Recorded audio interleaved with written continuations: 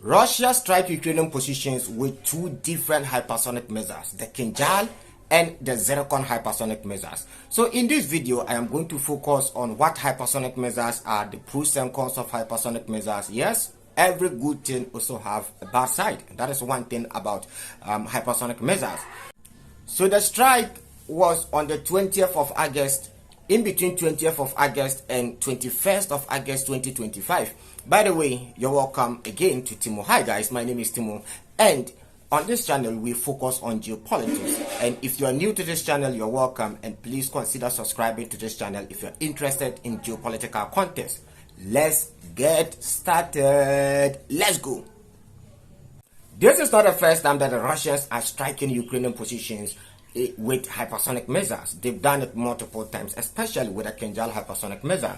So they use two different hypersonic missiles, the Kinjal and the Zircon.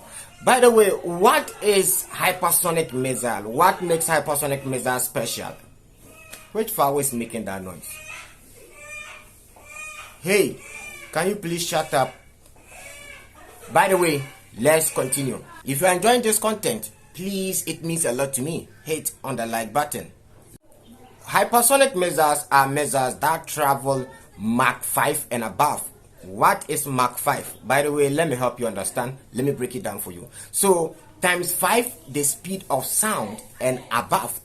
Take your current car for example. Most cars' maximum speed is in between 180 and 220 kilometers per hour. But hypersonic missiles travel over 6,175 kilometers per hour. Anything above 6,100 kilometers per hour, it is called hypersonic missile. This is one thing about hypersonic missile. Hypersonic missiles are you can't intercept them. It is impossible for you to intercept hypersonic missiles. It is completely impossible. Currently, there is no air defense systems on Earth here that can intercept hypersonic missiles. So, this is good. On the other hand, it could be also dangerous, right? So, hypersonic missiles basically make air defense systems completely useless.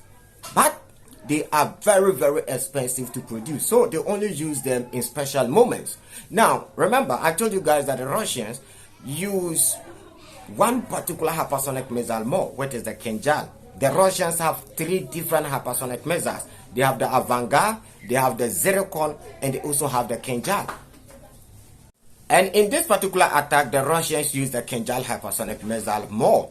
And the reason for them using Kinjal more is because Kinjal is a dagger. The Kinjal hypersonic missile can break through fortifications.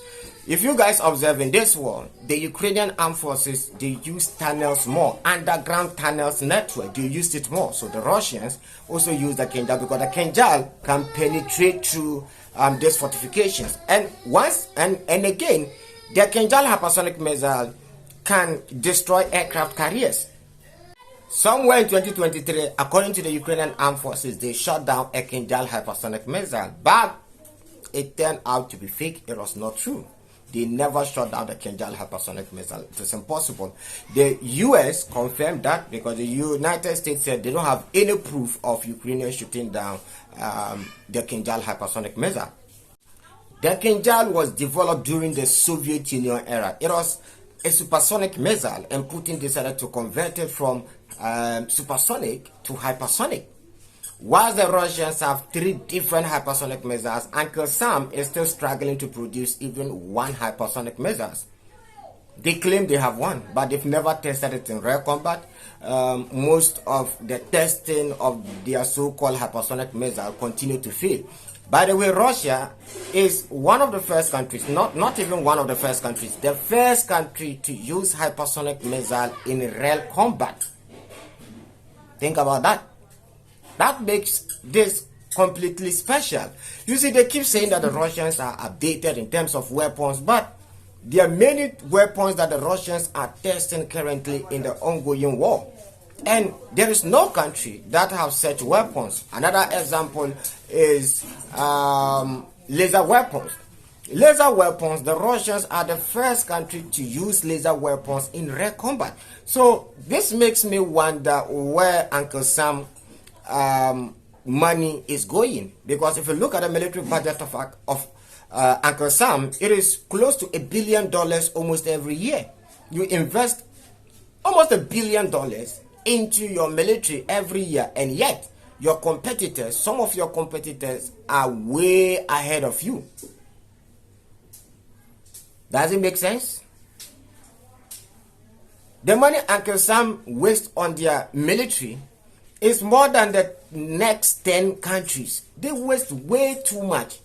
They waste more than Russia, China, India, all these countries combined.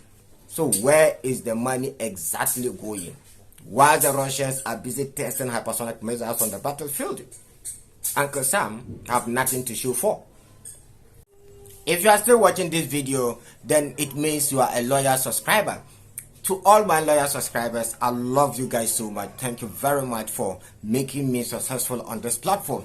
So please, where are you watching me from? I want to know where you guys are watching me from. It helps me a lot. It makes me understand who I am creating the video for. So please, type the country that you are currently watching this video from. Well, shalom. See you guys in the next episode.